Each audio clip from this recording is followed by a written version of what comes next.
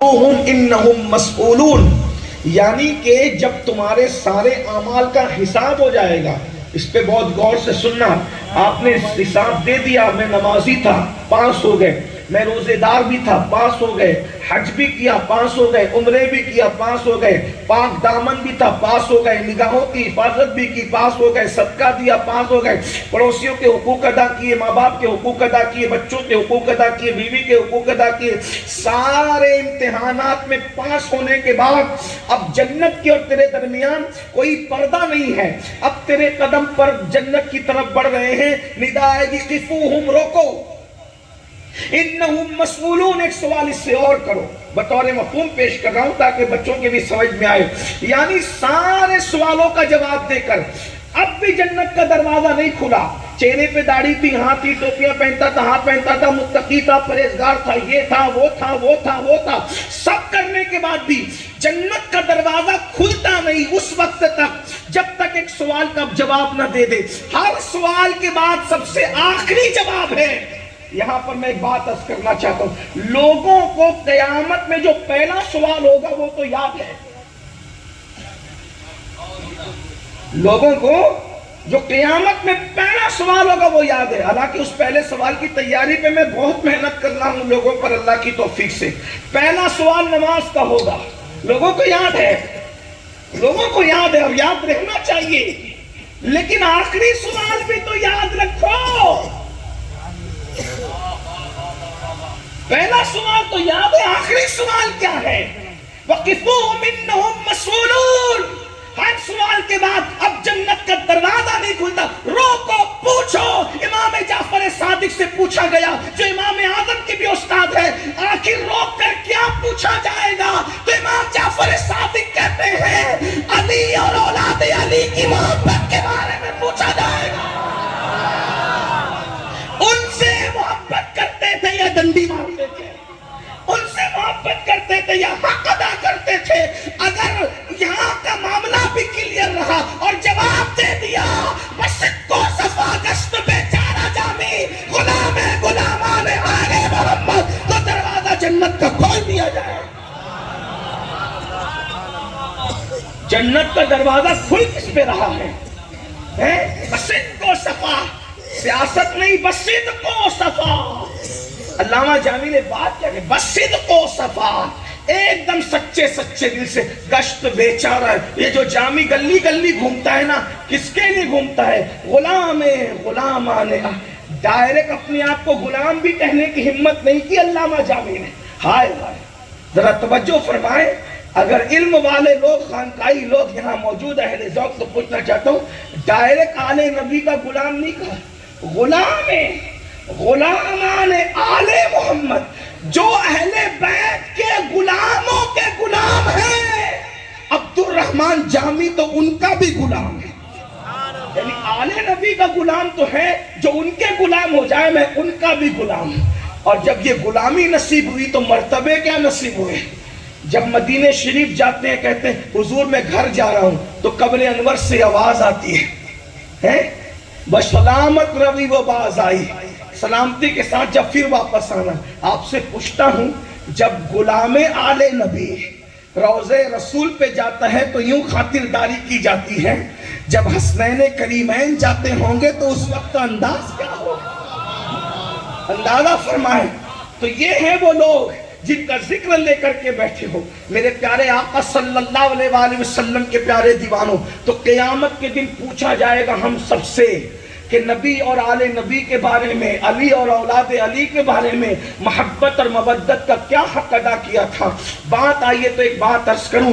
امام المتکلمین علامہ نقی علی خان رحمت اللہ تعالیٰ علیہ، جو اعلیٰ حضرت کے والد بھی ہیں اور اعلیٰ حضرت کے استاد بھی ہیں، اور ہم سب ان کو اعلیٰ حضرت کہتے ہیں، لیکن اعلیٰ حضرت جس کو اعلیٰ حضرت کہتے تھے وہ ان کے ابا مولانا نقی علی خان تھے.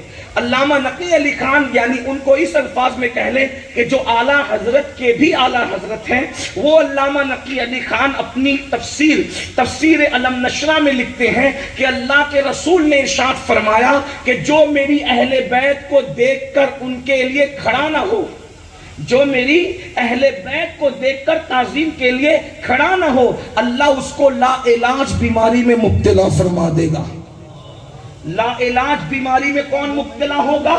جو آل نبی کو دیکھ کر کھڑا نہ ہو۔ اندازہ فرمائیں، جو آل نبی کو دیکھ کر کھڑا نہ ہو، صرف جب وہ لا علاج بیماری میں مبتلا ہوگا، جو آل نبی سے بغض رکھے، ان کے نام پہ منہ چڑھائے، ان کے مقابلے میں یزید کو امیر المومنین کہے، آل نبی کے کردار پہ طنز کرے، آل نبی کے نام پہ طنز کریں، سوچو ان کا حال کیا ہوگا۔ ان کی زبانوں پر تو کلمے بھی جاری نہیں ہوں گے۔ اندازہ فرمائیں، اس لیے یاد رکھنا، آل نبی سے محبت کرو۔ اور محبت اور تعظیم کی بات آئیے تو ایک بات میں عرض کرنا چاہتا ہوں۔ ہمارے امام الائمہ، سراج الامہ، کاشف الغمہ، سیدنا نعمان بن ثابت، امام اعظم ابو حنیفہ، بڑے سے بڑے بادشاہ کے لیے بھی اٹھ کے کھڑے نہ ہوئے، لیکن ایک مرتبہ مجلس میں اٹھ کر کھڑے ہوئے، پھر بیٹھے، اٹھ کے کھڑے ہوئے، پھر بیٹھے، اٹھ کے کھڑے ہوئے، پھر بیٹھے۔ لوگوں نے پوچھا بار بار کھڑے ہو کے بیٹھتے کیوں ہیں؟ فرماتے ہیں سید کا بچہ سامنے کھیل رہا ہے، جب وہ کھڑا ہوتا ہے تو اس کے لیے میں بھی کھڑا ہو جاتا ہوں، جب وہ بیٹھ جاتا ہے تو میں بھی بیٹھ جاتا ہوں۔ یہ امام اعظم ابو حنیفہ کا حال ہے۔ اندازہ فرمائیں میرے پیارے آقا صلی اللہ علیہ وآلہ وسلم کے پیارے دیوانوں، تب میں سوچتا ہوں یا اللہ، جب امام اعظم بچوں کا اتنا احترام کرتے تھے، اگر امام حسین نظر آ جاتے تو تعظیم کا حال کیا ہوتا؟ کیا حال ہوتا؟ جب سیدنا ابو ہریرہ اللہ اکبر سیدنا امام حسن کو سلام کرتے تھے تو کس طرح کرتے تھے؟ السلام علیکہ یا سیدی۔ حضرت ابو ہریرہ کیا کہتے تھے؟ اے میرے سردار آپ کو سلام ہو۔ یہ تو کسی نے کہا آپ اس طرح ان کو سلام کیوں کرتے ہیں کہ السلام علیکہ یا سیدی، میرے سردار آپ کو سلام؟ کہا میں اس کو کیوں نہ سید کہوں، کیونکہ رسول اللہ نے کہا میرا یہ بیٹا سید ہے۔ یہ فرماتے ہیں جب بھی میں امام حسین کو دیکھتا ہوں تو مجھے رونا آتا ہے۔ حضرت ابو ہریرہ کہتے ہیں جب میں امام حسین کو دیکھتا ہوں مجھے رونا آتا ہے۔ چلیں جلدی عنوان کی طرف چلتے ہیں۔ اللہ کے رسول علیہ السلام کی ایک حدیث سن لیں پھر آگے چلیں۔ اگر دنیا اور آخرت کو بہتر بنانا ہے، ایک ہی حدیث پڑھ رہا ہوں، آگے چل۔ آقا ارشاد فرماتے صلی اللہ علیہ وآلہ وسلم، تین حرمتیں ہیں، تین حرمتیں ہیں، یعنی اس کی تعظیم ہے، احترام ہے، اس کا حق ہے۔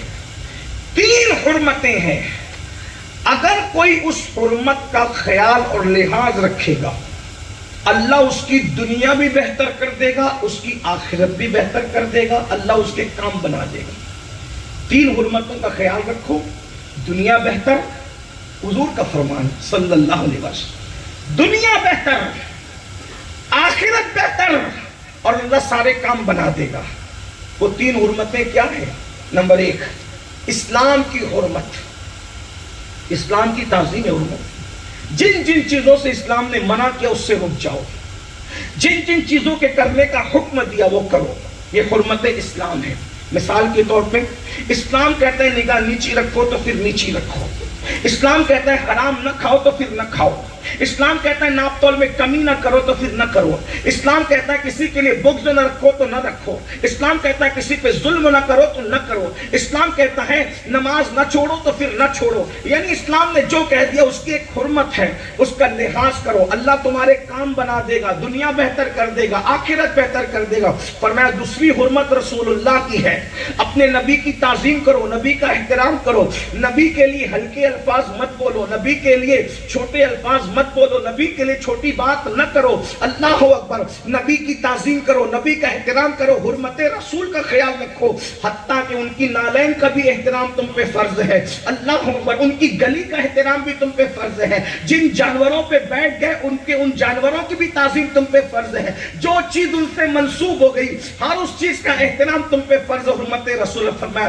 تیسری میری اہل بیت کی حرمت ہے، میری اہل بیت کی حرمت ہے، ان کا بھی خیال کرنا۔ بلکہ یہاں تک فرمایا حضور علیہ السلام کی زبان پہ دنیا سے جاتے ہوئے جو آخری جملے تھے، اللہ کے رسول جب دنیا سے جا رہے تھے جو آخری جملے تھے، ان آخری چند جملوں میں ایک جملہ یہ بھی تھا، ایک حدیث میں تو 3 جملے ہیں، دوسری حدیث میں اس کا بھی اضافہ ہے، جس کو مفتی اعظم مکہ علامہ ابن حجر مکی رحمۃ اللہ علیہ نے اپنی کتاب میں لکھا۔ کیا آقا دنیا سے جاتے جاتے کہہ رہے تھے میرے بعد میرے جانشین بننا، میرے بعد میرے جانشین بننا کس معاملے میں؟ میری اہل بیت کے معاملے میں. یعنی جیسے میں اپنی اہل بیت کے ساتھ اچھا سلوک کرتا ہوں ویسے ہی تم بھی میری اہل بیت کے ساتھ اچھا سلوک کرنا. جیسے میں اپنی اہل بیت سے محبت کرتا ہوں مجھے دیکھو ویسے ہی تم بھی میری اہل بیت کے ساتھ محبت کرنا. اندازہ فرمائیں امام جعفر صادق رضی اللہ تعالیٰ کہا کرتے تھے اتنی تلقین کی رسول اللہ نے ہمارے لیے، تب لوگوں نے ہمارے ساتھ یہ سلوک کیا. رسول اللہ نے ہماری تعظیم کے بارے میں اتنی تاکید فرمائی تب بھی لوگوں نے ہمارے ساتھ یہ سلوک کیا. اگر اتنی تاکید نہ کی جاتی تو لوگ ہمارے ساتھ پھر کیا سلوک کرتے؟ اندازہ فرمائے. اب وہ سلوک کیا تھا؟ اگر آپ کے علاقے میں محرم میں 10 روزہ 12 روزہ پروگرامات ہوتے ہیں، آپ اپنے علماء اور خطبہ سے سنتے ہیں، میں کوئی نئی بات تو نہیں کر سکتا لیکن صرف اپنے امام کی خوشی کے لیے، سیدہ پاک کی رضا کے لیے وہ چند باتیں تاکہ آپ کو پتہ چلے سیدوں پر ظلم کتنا ہوا، سیدانیوں پہ ظلم کتنا ہوا، انہوں نے صبر کتنا کیا، کتنے صبر سے انہوں نے کام لیا. یاد رکھنا اللہ اکبر، جب سیدوں کو شجروں سے نہ پہچانا جا سکے تو 3 باتوں سے انہیں پہچانا جاتا ہے. نمبر 1 ان کی سخاوت، نمبر 2 ان کا صبر، اور نمبر 3 ان کا عفو درگزر کہ لوگوں کو معاف کر دینا. سید بدلہ نہیں لیتا، سید معاف کرتا ہے، اس لیے کہ اس کے نانا کی سنت ہے. طائف میں حضور پہ پتھر برسے، سید الانبیاء نے کیا کہا؟ اللہ نے بھیجا فرشتے کو کہ جاؤ کہو کہ اگر آپ کہیں تو دونوں پہاڑوں کو ایک ساتھ ملا دیا جائے. میرے آقا نے فرمایا میں لوگوں کو مارنے کے لیے نہیں، میں لوگوں کو زندگی عطا کرنے کے لیے آیا ہوں. اس لیے کہ مارنے کے لیے تو اور بھی لوگ آتے ہیں لیکن جلانے کی بات آپ دیکھیں غوث پاک نے کس کو مارا یہ آپ کو کبھی دلیل میں کوئی پیش نہیں کر سکتا. غریب نواز نے کس کو مارا یہ کوئی دلیل میں پیش نہیں کر سکتا، لیکن زندہ کس کس کو کیا اس کی ایک لمبی فہرست موجود ہے. تو نبی کے گھر کے لوگ مارنے کے لیے نہیں، نبی کے گھر کے لوگ زندگی عطا کرنے کے لیے آئے ہیں. اس پر مجھے ایک بات یاد آ گئی. حضرت شاہ مینا لکھنوی سے ایک انگریز کی ملاقات ہوئی تو انگریز نے ان کے ہاتھ میں تسبیح دیکھ کر کے پوچھا کہ بابا یہ کیا ہے؟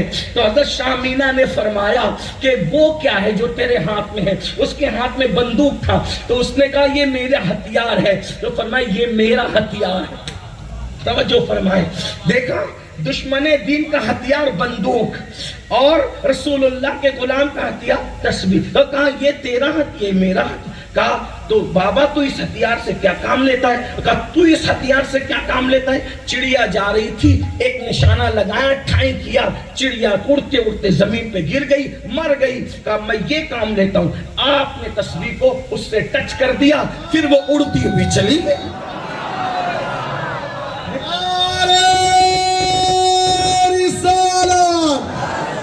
عظمت اہل بیت اولاد رسول وہ اڑتی بھی چلی گئی. اللہ اکبر. تو کہا میں یہ کام لیتا ہوں. تو کہا یہ کس نے دیا؟ تو کہا وہ کس نے دیا؟ وہ ہماری حکومت نے دیا. تو کہا یہ مجھے میرے سردار غوث اعظم نے عطا فرمایا.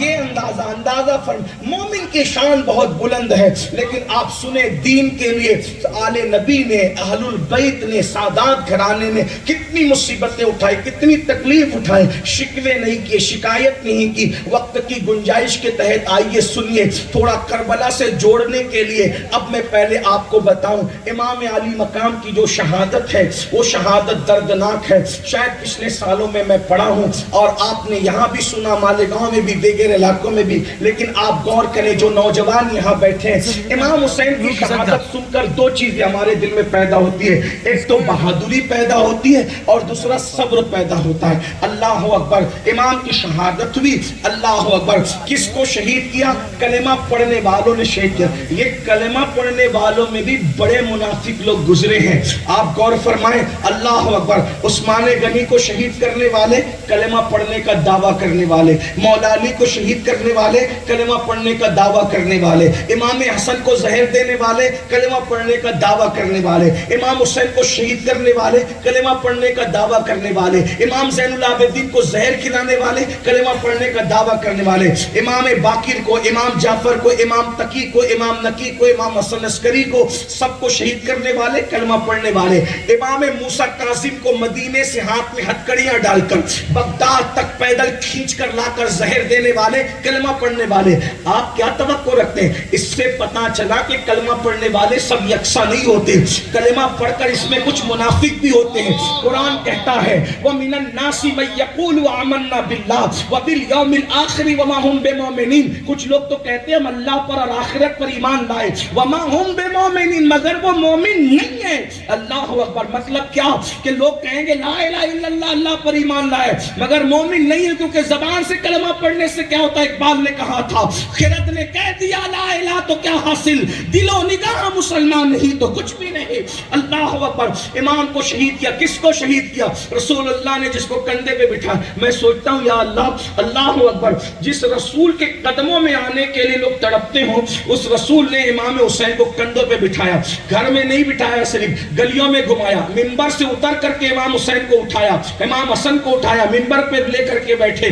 جو عنوان پر خطبہ دے رہے تھے وہ عنوان چھوڑ دیا. اس کے بعد امام حسن اور امام حسین کی شان بیان فرمائی.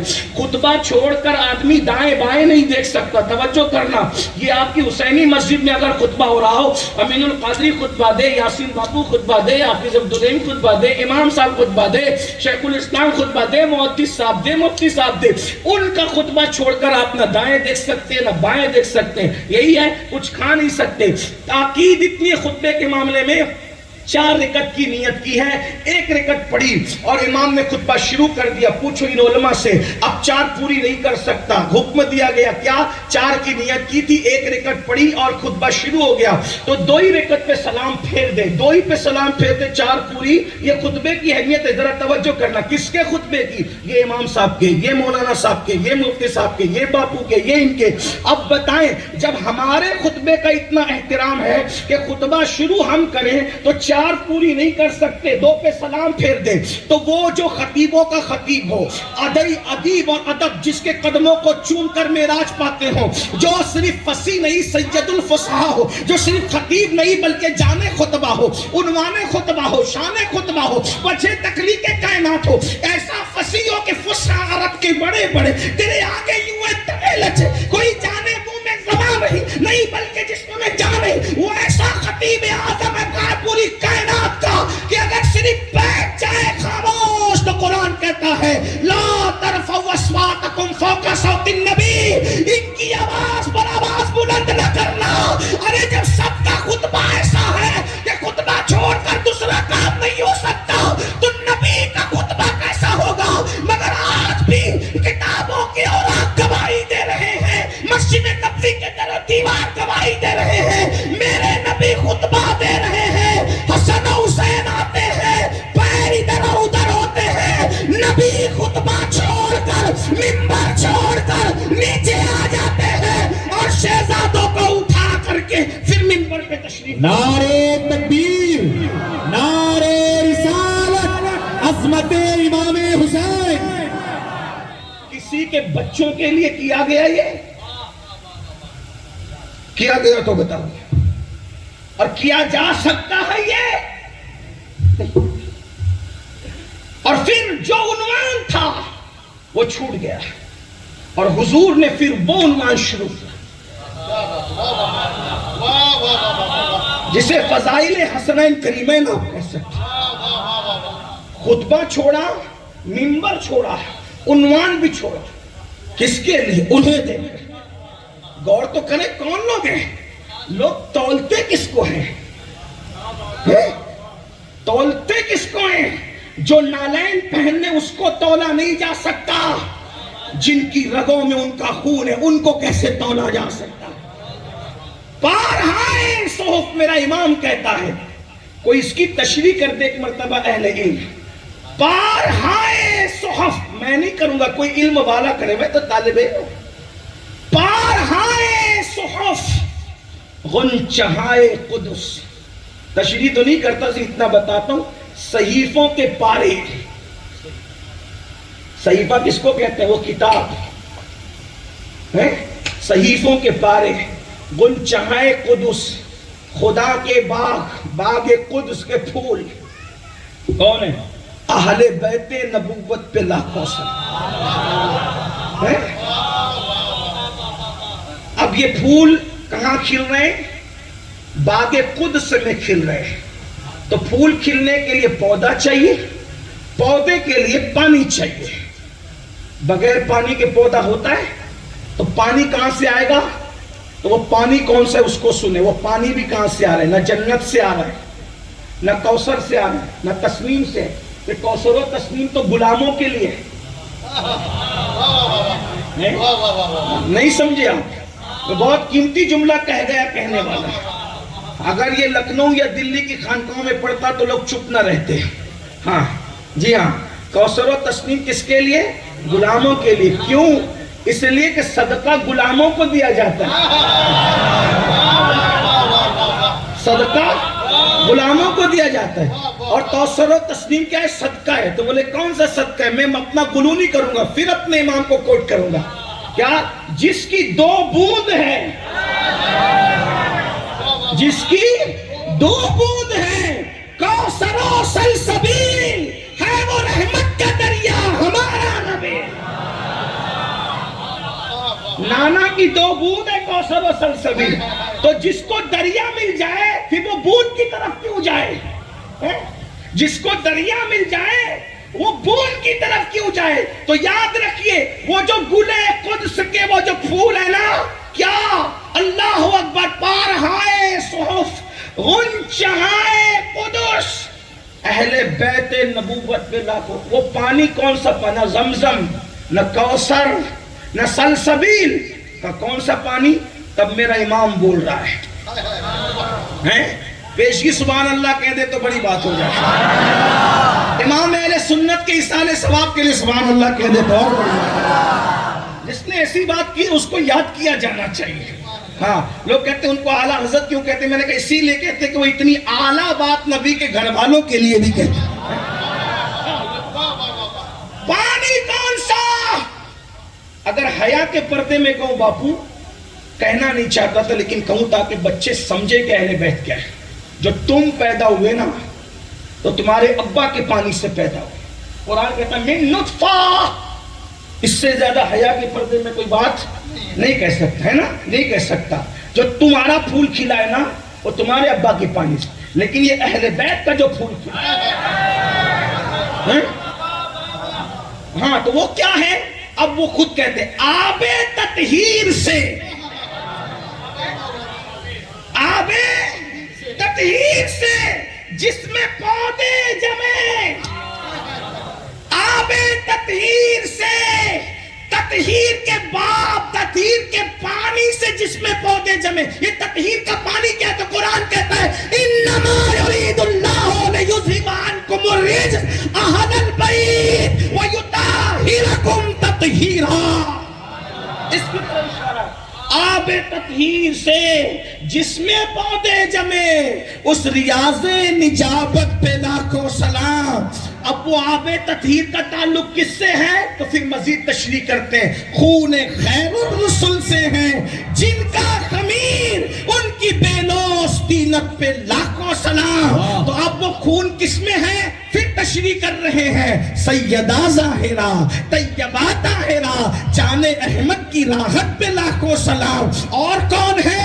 اصل نسل صفا، وجہ وصل خدا، باب فصل ولایت پہ لاکھوں سلام۔ اور کون ہے؟ وہ حسن مجتبیٰ، سید الاشقیاء، راکب دوش عزت پہ لاکھوں سلام۔ اور کون ہے؟ وہ حسین بلا شاہ گلگو کبا، اللہ اکبر، وہ حسین بلا شاہ گلگو کبا، بے کسو دشت غربت پہ لاکھوں سلام۔ وہ شہید بلا شاہ گلگو کبا، بے کسو دشت غربت پہ۔ یہ وہ لوگ ہیں، کندھے پہ بٹھایا، گلی گلی گھمایا، دیکھ لو میں کتنا پیار کرتا ہوں، تم بھی کر لیا، سجدہ طویل کر دیا، لمبا کر دیا۔ ایک بات یہاں میں نے پڑھا تھا، میں فضائل نہیں پڑھوں گا، سیدھا وہاں پہنچوں گا، لیکن آپ ادھر دیکھیں، میری طرف تو بتاؤں آپ کو۔ سجدے میں نبی نے سجدہ لمبا کیا، صحابہ نے پوچھا حضور کیوں لمبا کیا؟ وہ صحابہ تو ایسے سچے تھے کہ پوچھ لیتے تھے کیوں لمبا کیا؟ وہ میرا حسین بیٹھ گیا تھا۔ کیوں لمبا کیا؟ اس کے خیال سے لمبا کیا. توجہ, نماز میں خیال کس کا آیا؟ اور یہ 2 رکعت پڑھانے والے مولوی صاحب کی نماز نہیں, اقصا میں نماز پڑھانے والے نبیوں کے امام کی نماز ہے. اب میں اس کو اپنے انداز میں پڑھتا ہوں. نماز اقصا میں تھا یہی سر, راز سر کہتے راز کو. نماز اقصا میں تھا یہی سر, آیا ہو مانی یہ اول آخر. نماز اقصا میں تھا یہی سر, آیا ہو مانی یہ اول آخر. ہے دست بستہ وہ پیچھے حاضر, جو سلطنت آگے کر گئے تھے. ارے سارے 1,24,000 یا کم و بیش 2,24,000 سارے پیچھے کھڑے ہیں, ان کے آگے جو کھڑا ہے وہ حسنین کا نانا ہے. نعرے تکبیر. ان کی نماز ہے. کون کس کی؟ مصلی کی نہیں, جانے نماز کی نماز ہے. اور اس میں کیا ہے؟ خیال حسین. مولوی بیچارہ ابھی تک کہتا ہے کہ نبی کا خیال آئے تو نماز میں گڑبڑ ہوتی ہے. میں کہتا ہوں نبی کا خیال آئے تو نماز میں گڑبڑ ہوتی ہے. مولوی جی یہ تو نواز نبی ہے. اور خیال کس کو آ گیا ہے؟ اور خیال کس کو آ گیا ہے؟ اور پھر اس خیال میں سجدہ طویل ہو گیا ہے. تو آقا نے بنا اس خیال سے سجدہ لمبا کر دیا کہ میری پیٹھ سے حسین گر نہ جائے جب تک خود سے اتر کر نہیں گئے, تب تک نبی سجدہ لمبا کرتے, سبحان ربی العالی کرتے. اب یہ بات میں اپنی مرضی سے کچھ نہیں کہوں گا, لیکن ایک سوال کرتا ہوں, کون بیٹھا کون گیا؟ جب اترا نہیں اترا تو توجہ کس کی طرف ہے؟ سرخیز والو توجہ کس کی طرف ہے؟ تو سوچو توجہ کس کی طرف ہے؟ اللہ نے کہا محبوب اور تو اس کی طرف توجہ کرتا ہے. کوئی وحی نہیں آئی, روکا نہیں گیا. دیکھیں تو صحیح وجہ. اب میں پریشان سا ہوا, یا اللہ اگر میری توجہ دنیا کی طرف چلی جائے تو لوگ مجھے تنبیہ کریں حضور, کیونکہ میرا بیٹا دنیا ہے. انما اموالکم واولادکم فتنہ, تمہارے مال اور تمہارے بیٹے کیا ہے؟ آزمائش ہے, دنیا ہی ہے. لیکن اگر دنیا کی طرف جائے, ہاں صحیح ہے, اگر میری توجہ نماز میں دنیا کی طرف جائے تو عیب ہے, لیکن اگر نماز میں دین کی طرف جائے تو پھر عیب نہیں ہے, عیب نہیں ہے. تو اب حدیث کو سمجھنے کے لیے کسی عالم سے پوچھنا پڑے گا, لیکن عالم بھی صرف وہ نہیں جس نے صرف کتاب دیکھی ہے, بلکہ وہ عالم کی طرف جانا پڑے گا جس نے کتاب بھی دیکھا اور صاحب کتاب کو بھی دیکھا. تو اب ایسا عالم ڈھونڈنے نکلا تو میں نے کہا یار وہی اسی کی طرف چلتے ہیں جس نے 90 لاکھ کو کلمہ پڑھایا, اس عالم کی طرف چلتے ہیں. تو میں نے کہا اب آپ فیصلہ کریں کہ دنیا کی طرف توجہ جائے تو میری نماز خراب ہو جائے, لیکن رسول اللہ کی توجہ حسین کی طرف گئی تو اللہ نے وحی کیوں نازل نہیں کی کہ محبوب ایسا کیوں کیا, کیوں نازل نہیں کی؟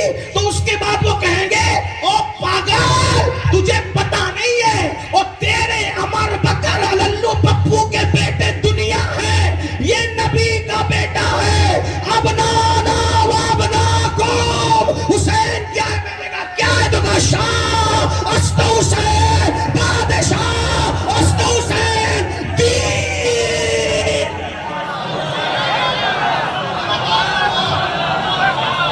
حسین دنیا نہیں, کون ہے؟ دین. است حسین صرف دین نہیں, اس سے بڑی بات دیپانا است حسین, سرداد ندار دست در دست یزید, حقا کی بنا لا الہ است حسین. نعرے تکبیر. نعرے